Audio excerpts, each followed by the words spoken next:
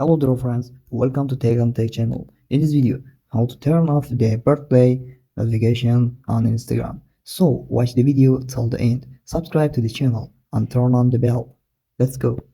If you want to open an Instagram account, click your profile account, click setting and privacy, click notifications. After clicking notifications, click birthday option. Okay, click up the birthday and this is your notification birthday. Okay, for example, Jahan has a birthday today.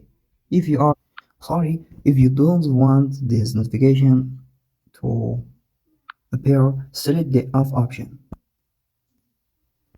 Okay, you can choose according to your personal opinion.